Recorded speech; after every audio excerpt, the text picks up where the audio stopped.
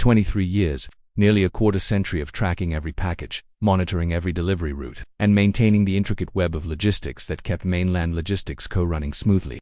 I'd started as a shipping clerk in 2001, when tracking meant carbon copy forms and phone calls to drivers, when real-time updates meant calling dispatch every 2 hours to report location. I'd watched the company grow from a regional carrier with 12 trucks to a national logistics powerhouse with distribution centers across the country. Every expansion, every new client, every operational upgrade had crossed my desk.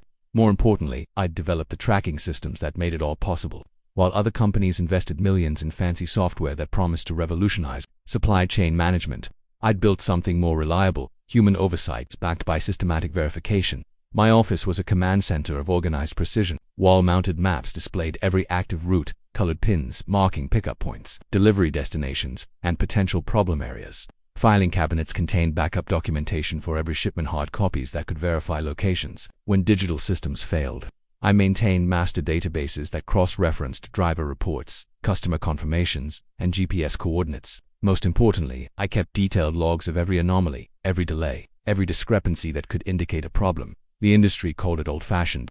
Younger logistics managers whispered that I was stuck in the past, unwilling to trust modern automation.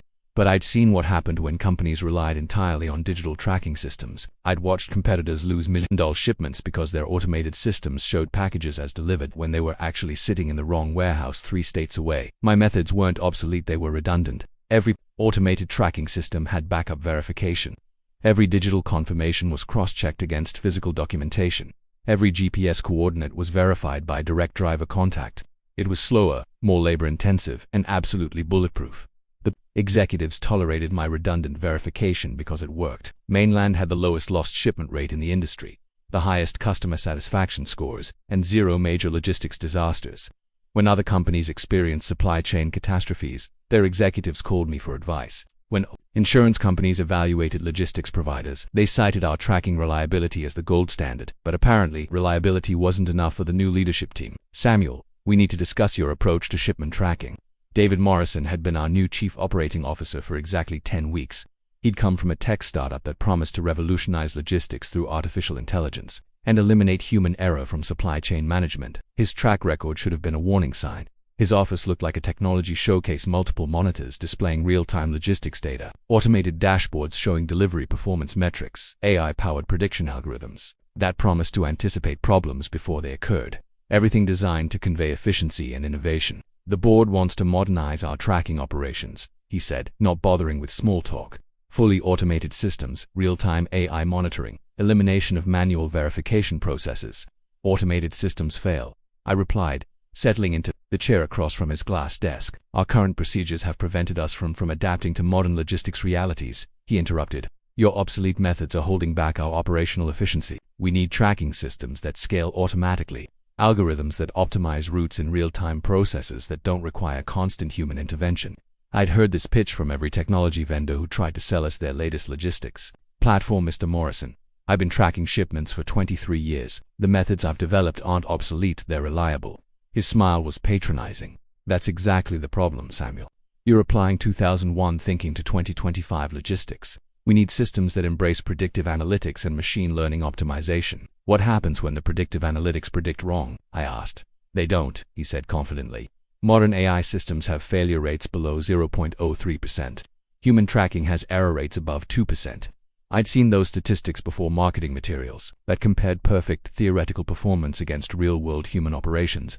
Those numbers assume perfect data input and optimal conditions. What happens when drivers forget to scan packages, or when GPS systems lose signal, or when delivery addresses are incorrect?"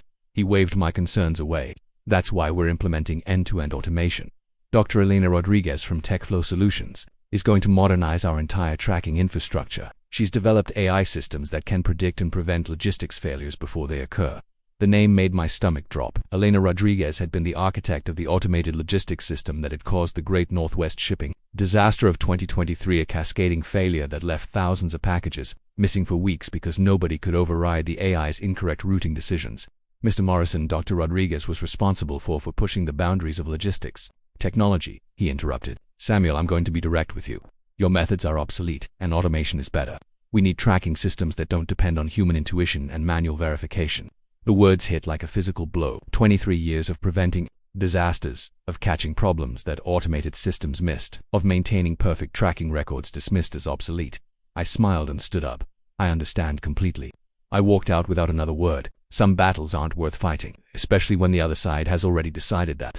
Experience is the enemy of progress. The first weeks of unexpected retirement was strange. After more than 2 decades of starting each day at 5 a.m. to review overnight shipment reports, I found myself drinking coffee at 8 a.m., wondering what to do with the sudden absence of packages to track. The severance was substantial at month's salary plus benefits, which suggested either generosity or anxiety about something. Dr. Elena Rodriguez had arrived with impressive credentials and a dangerous confidence in automation. She'd brought with her a philosophy of zero-touch logistics and predictive supply chain optimization that sounded revolutionary in board presentations, but terrifying to anyone who understood the complexity of real-world shipping operations. I'd watched her dismiss my tracking manuals as legacy processes and impediments to scalable automation. Old habits are hard to break, and I found myself monitoring industry forums obsessively.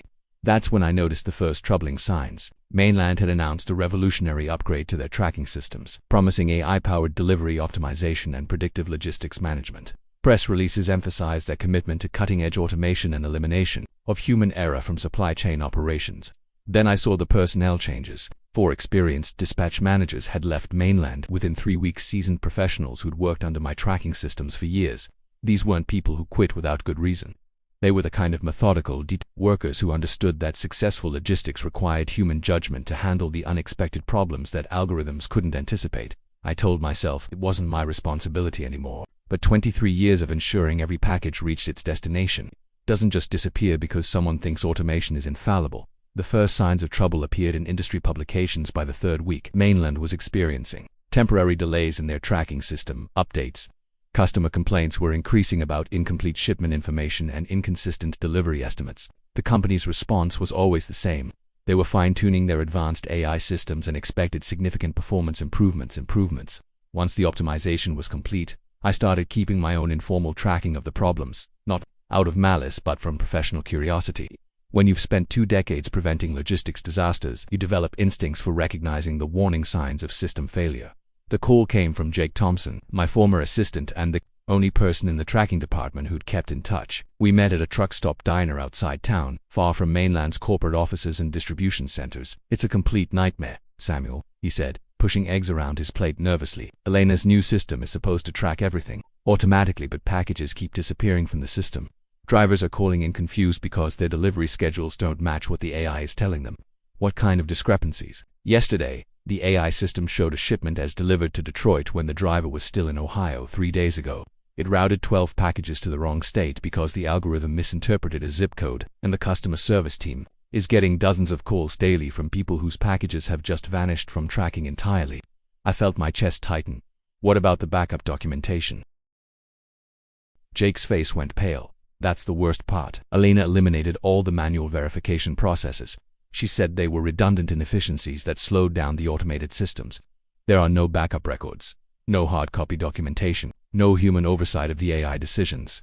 What happens when the system makes mistakes? Nobody knows how to fix them. The AI is supposed to be self-correcting, but it just compounds errors instead of catching them. Last week, it sent a temperature-sensitive pharmaceutical shipment to a standard warehouse instead of a climate-controlled facility. The entire shipment was ruined, but the system still showed it as successfully delivered. I nearly choked on my coffee. "What about Morrison? He must be seeing the problems." "That's the thing," Jake continued. "The executive dashboards only show aggregated performance metrics, and the AI system generates those automatically. Morrison sees reports that show 99.7% successful deliveries and 0.2% error rates, but the actual performance is much worse. Samuel, we've had more package losses in 6 weeks than we had in the previous 2 years combined. But the AI categorizes most of them as delayed deliveries or customer pickup issues instead of acknowledging that they're actually lost." I stared at my coffee, thinking about all the customers who were expecting packages that would never arrive. All the businesses whose operations depended on reliable deliveries that were now uncertain. "Jake, has anyone tried to tell Morrison about the real problems?" Victoria Lane from customer service has been trying to get meetings with him for weeks, but Elena keeps telling him that the adjustment period for advanced AI systems is normal and that performance will improve once the machine learning algorithms have more data to work with. That evening I sat in my home office, looking at maps of delivery routes I'd optimized over the years.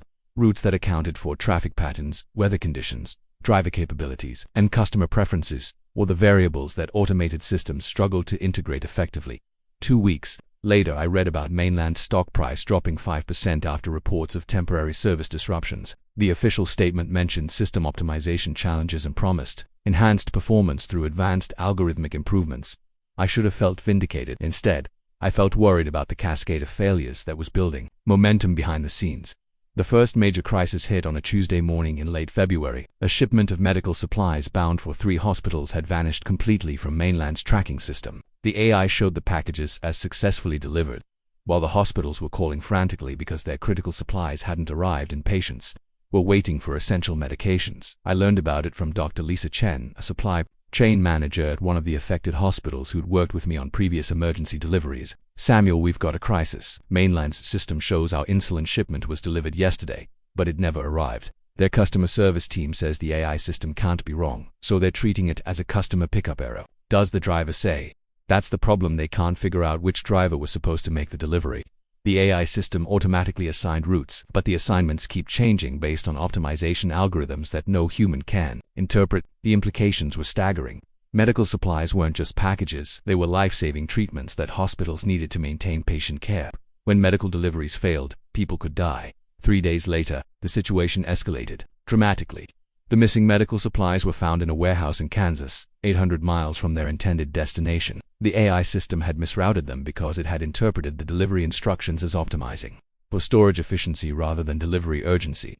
The hospitals had to arrange emergency flights to get the supplies, costing tens of thousands in additional shipping fees. But the medical supplies were just the beginning. Jay called me with increasingly desperate updates. Automotive part shipments that disappeared for weeks, causing production line shutdowns. Legal documents that were supposed to be delivered for court deadlines but ended up in wrong states. Wedding dresses that vanished days before ceremonies, leaving brides frantically searching for alternatives. The pattern was always the same. The AI system would show successful deliveries while packages accumulated in random warehouses because the automated routing algorithms had made decisions that seemed logical to the software but were catastrophically wrong in practice. Morrison's response was predictable. He issued statements about temporary optimization challenges and hired additional AI consultants to fine-tune the algorithmic performance. Elena Rodriguez assured everyone that machine learning systems improved through experience and that the current problems were just training data that would make the system more reliable. Meanwhile, customer complaints were flooding in at unprecedented rates. Victoria Lane from customer service was working 8-hour days trying to manually locate shipments that the AI insisted had been delivered successfully. Drivers were calling in confused and frustrated because their automated routes were sending them to addresses that didn't exist or were completely inappropriate for the type of delivery. The stock price dropped another 8% when news broke that 3 major corporate clients were threatening to terminate their contracts due to chronic delivery failures. These weren't minor inconveniences, they were systematic breakdowns in basic logistics operations that were costing clients millions in lost productivity and emergency replacement costs. I found myself tracking the cascade of failures not out of professional interests but from genuine concern about the human cost. These weren't just business problems, they were failures that affected people's lives, health, and livelihoods. The call I'd been expecting finally came on a Wednesday evening. Victoria Lane's voice was barely controlled desperation. "Samuel, can we talk? Off the record." We met at the same truck stop diner where I'd met Jake, but this time the conversation was about crisis management rather than just operational problems. 37 shipments have completely vanished, Victoria said, her hands shaking as she stirred her coffee. Not delayed, not misrouted, completely gone. The AI system has no record of them, the drivers don't know where they went, and the customers are threatening lawsuits. What kind of shipments? Everything. Medical supplies, legal documents, automotive parts, consumer electronics. One of them was a $2.3 million piece of manufacturing equipment that was supposed to be delivered to a factory in Michigan. It just disappeared somewhere between the warehouse and the delivery truck. The magnitude of the disaster was becoming clear. This wasn't just a technology failure, it was a complete breakdown of basic business operations that threatened the company's survival. "Where's Morrison?" I asked. "That's the other problem. He's been unavailable for meetings for the past week. Alina keeps insisting that the problems are temporary and that the AI system is collecting valuable learning data. But the board is starting to ask questions that nobody can answer." That night, I lay awake thinking about the 23 years I'd spent building tracking systems that prevented exactly these kinds of disasters. The same obsolete methods that had been dismissed as inefficient were the only things that could have prevented the company from destroying itself. The phone rang at 4:17 a.m. on a Thursday morning in March. I was making coffee when I saw Victoria Lane's name on my caller ID. Victoria was director of customer service, the same person who'd tried to warn Morrison about the system failures weeks earlier, only to be told that AI systems needed adjustment time to optimize their performance. "Samuel, we need you back now." Her voice was raw panic, the kind of desperation that comes from watching a company collapse in real time. 37 shipments have vanished, customers are threatening lawsuits, and nobody can find the tracking protocols. The board's calling an emergency meeting.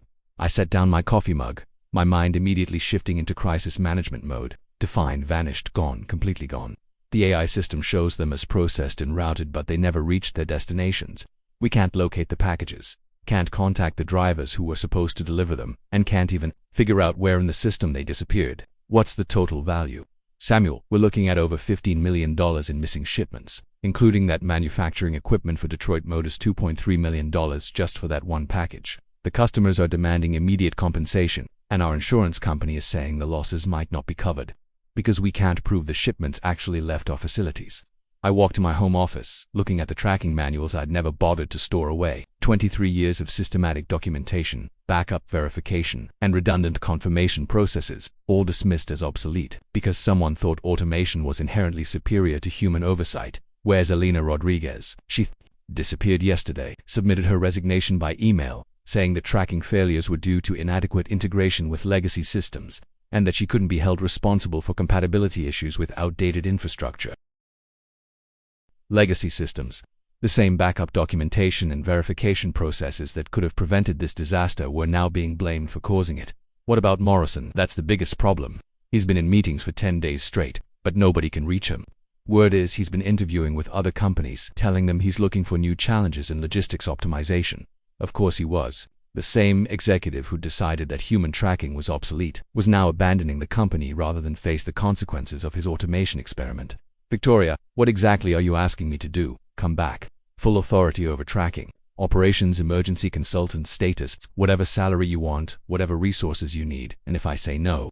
The pause was long enough to tell me everything I needed to know. Then mainland logistics dies. 23 years of building this company gets destroyed by 10 weeks of AI optimization. She knew exactly how to appeal to my sense of responsibility, but I'd learned something important during my months of forced retirement. Sometimes the only way to prove the value of systematic tracking is to let people experience the chaos that results from its absence. "I'll consider it," I said, "but I have conditions." "Anything. First, I want written acknowledgement from the board that this crisis resulted from abandoning proven tracking methods in favor of untested automation. Second, I want complete authority to redesign tracking operations using whatever methods I determine are necessary, including full restoration of manual verification processes. Third, I want Alina Rodriguez permanently barred from any consulting or employment relationship with mainland. "Samuel, that's non-negotiable." "Victoria, you called me because you need someone with obsolete methods to fix the disaster created by modern automation. Either you accept that human oversight is essential to reliable logistics, or you find someone else to manage the bankruptcy proceedings." We could hear papers shuffling, probably customer complaint files and legal threat letters. "I'll present your conditions to the board. One more thing. I want Morrison's written acknowledgement that this tracking crisis resulted from his decision to eliminate human verification in favor of AI systems, not for personal vindication for the operational record. When the lawsuits start, I want it clear that this disaster was caused by abandoning professional expertise, not by following it." After I hung up, I sat in my office for a long time, surrounded by the tracking systems and verification protocols that could have prevented everything. The same obsolete methods they'd rejected were now their only hope for operational survival. But first, they'd have to admit that automation without human oversight isn't innovation, it's organizational negligence. The emergency board meeting was scheduled for Friday at 8 a.m. I arrived carrying 3 large cases containing every tracking manual, delivery route map, and verification protocol I'd developed over 23 years. The same conference room where Morrison had dismissed my methods as obsolete now felt like a war room where I was both the intelligence analyst and the rescue coordinator. The board members looked like they'd been awake for days straight, faces drawn with the stress of watching their company hemorrhage money and reputation simultaneously. Victoria Lane sat at the head of the table, flanked by lawyers, insurance representatives, and crisis management consultants. Morrison's chair remained empty. He'd officially resigned the night before, citing strategic differences with the board's operational philosophy. "Samuel," Victoria began, "the board has unanimously agreed to your conditions. We need your expertise. Before we start recovery operations," I said, setting my cases on the table, "I want everyone to understand exactly what happened. This wasn't a technology malfunction or unforeseeable system failure. This was a predictable disaster caused by eliminating human oversight from complex logistics operations.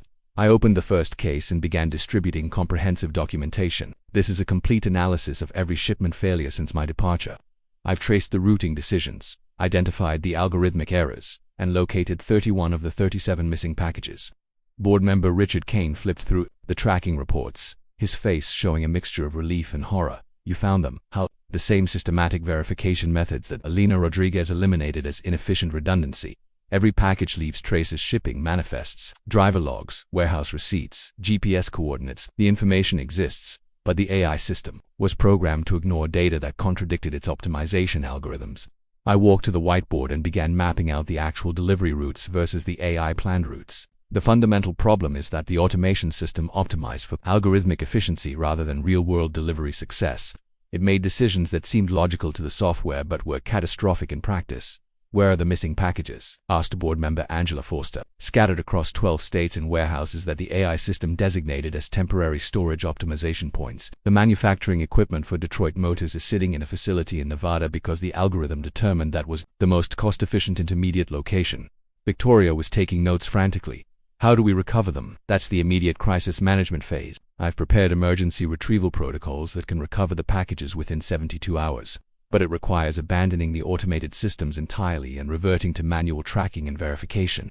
I opened the second case and pulled out operational manuals. This is the emergency recovery system I developed after the Pacific Coast logistics failure in 2019. It's designed to locate missing shipments, restore customer confidence, and re-establish reliable delivery operations while maintaining complete accountability. What about the financial exposure? Asked board member Thomas Wright. The missing shipments represent $15.3 million in direct value, but the real cost is operational.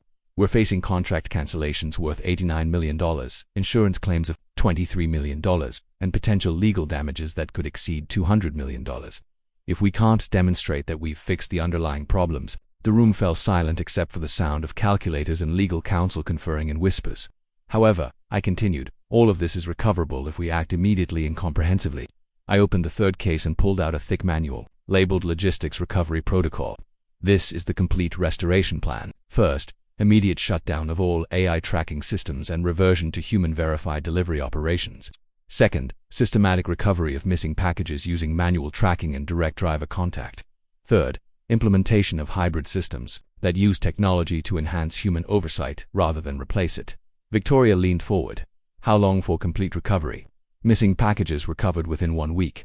Full operational reliability restored within 6 weeks. Customer confidence rebuilt within 6 months, assuming 0 additional failures during the recovery period. What about the AI systems we've already paid for? Wright asked. Expensive lesson in why automation requires human oversight. The technology can be useful for data processing and route optimization, but only when humans maintain final authority over delivery decisions and verify all automated routing. I turned back to the board. But here's the critical requirement. This recovery plan demands absolute commitment to human-verified tracking. No shortcuts, no optimization algorithms, no decisions made by systems that can't be overridden by experienced logistics professionals. Board member Diana Ross spoke up. What do you need from us? Complete operational authority. I want all delivery operations suspended until I can verify current package locations.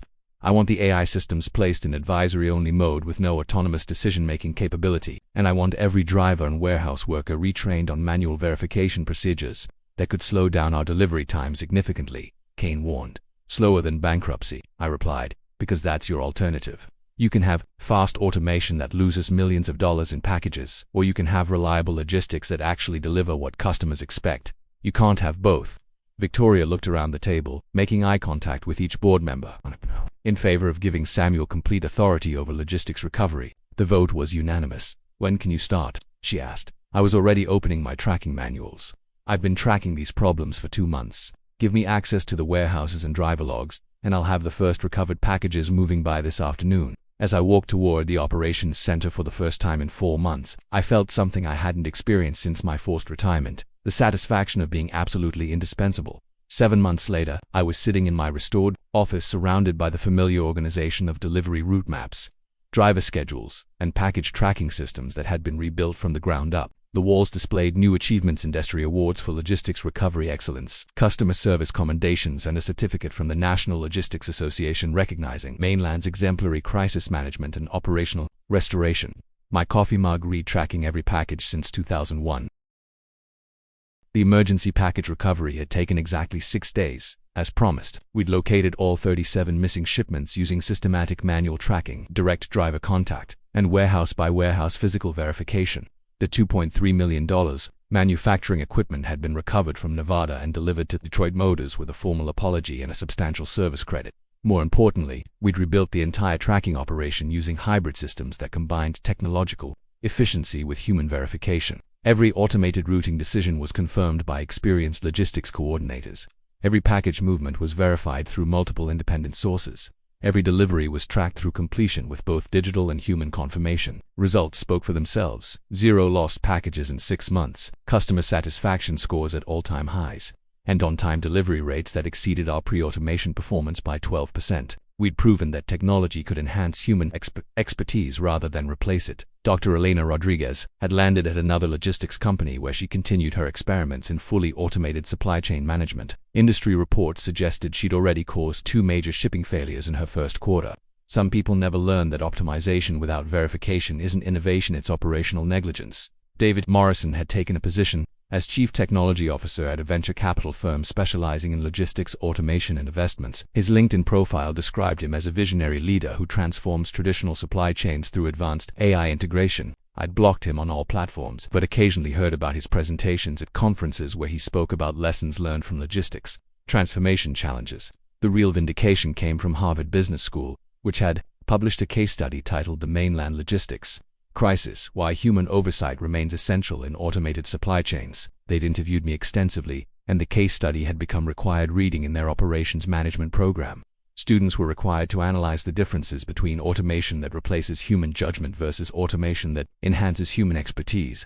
My favorite quote from the case study: "The most dangerous automation is the kind that eliminates human verification of its own decisions." Jake Thompson knocked on my door, carrying a stack of delivery confirmations for review. He'd been promoted to senior tracking coordinator after proving himself during the recovery operation, and he'd developed an excellent instinct for spotting the subtle signs that indicated potential problems before they became disasters. "Samuel, the American Logistics Institute wants you to keynote their annual conference on the future of supply chain management. Should I accept?" I looked up from the route optimization. I was reviewing plans for a new pharmaceutical delivery, a service that required temperature-controlled transport with multiple verification checkpoints. Even our most routine deliveries now received comprehensive tracking oversight.